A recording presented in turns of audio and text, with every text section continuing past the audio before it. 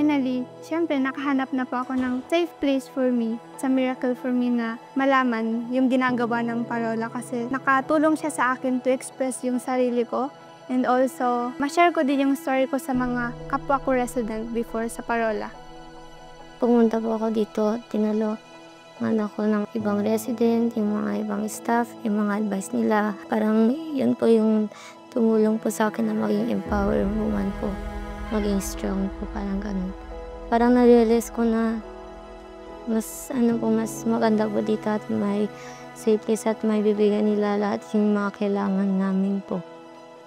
Dito sa Pilipinas, kailangan natin ng ganitong organisasyon.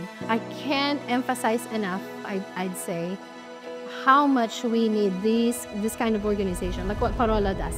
But if we can have many more Parola Santuario where, there is no timeline when it comes to helping the kids, thrive and heal in their growth. It's not just like a box that you just check off. It really is more about the person and environment. For 6 years na naipatoy yung Parola po, we catered almost hundreds of girls who are victim survivors. So, yung mga bata po na lumabas na sa shelter, they are living their life na na-identify na po nila yung mga red flags or na-help na din po nila yung sarili nila na i-process na hindi na nila kailangan ng counselor or kailangan ng isang social worker to help them process yung mga pinagdadaanan nilang problema. Ang dami pong mga bata ang binabo ng Parola Santuario. Ang daming mga bata na sumasama sa kanila sa kanilang mga laban sa buhay. And I know na yung Parola Santuario ang nagbigay ng liwanag sa kanilang madilim na mundo.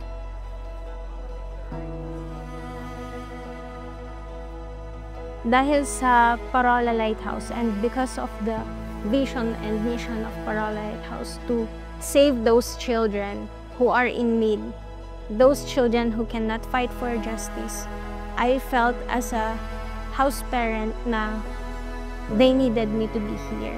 And I have observed their differences. Each one of them is very unique.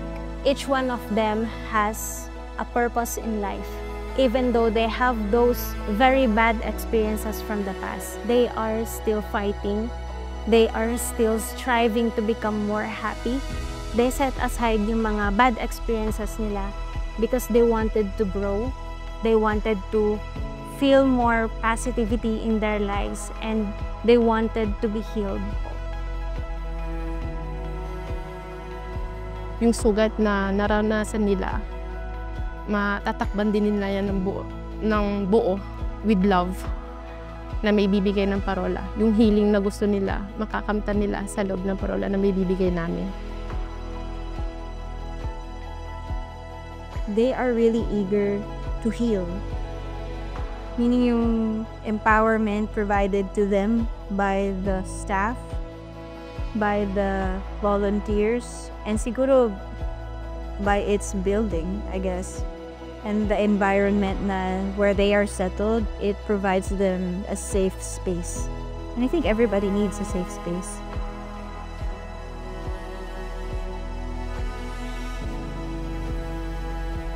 I just want to report to the donors that every penny they donate to the shelter is worth it because a child's worth is more than the abuse that happened to them.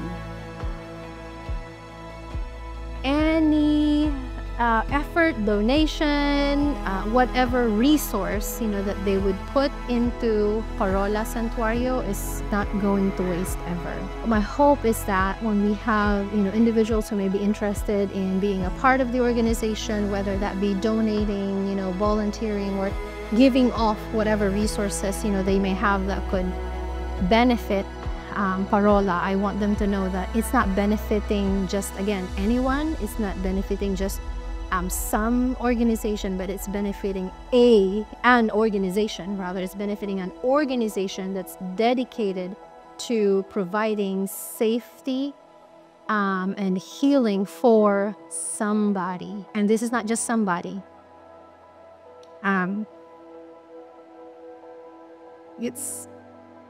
it's for a child of God that they're supporting. Yesterday we were doing an activity. I gave him an activity about puzzles, and it's the big picture.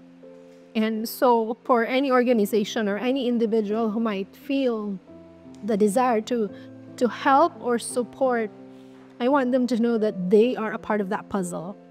They are a part of that puzzle in the big picture, in the life of every child that's going to be in Parola Santuario. Sobra po akong grateful kasi nakilala ko po itong Parola. And dahil dito, sobra po talaga napapasalamat kay unang-una kay God at sa mga taong tumulong po sa amin ng aming mga kapatid po. Napapasalamat din po ako dahil tinulungan nila po akong mas mapalapit kay Jesus Christ.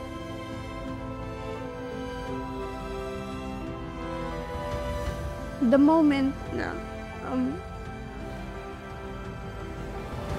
inintroduce sa akin yung lighthouse, yung Parola, parang nabuhay yung hope na meron sa akin na parang, this is it. Ito na yung miracle na para sa akin. Ito na yung new hope for me na maging strong and to know how to sabihin yung story ko and also makuha yung justice na para sa akin. And yeah po, I'm so happy nung nakilala ko yung lighthouse.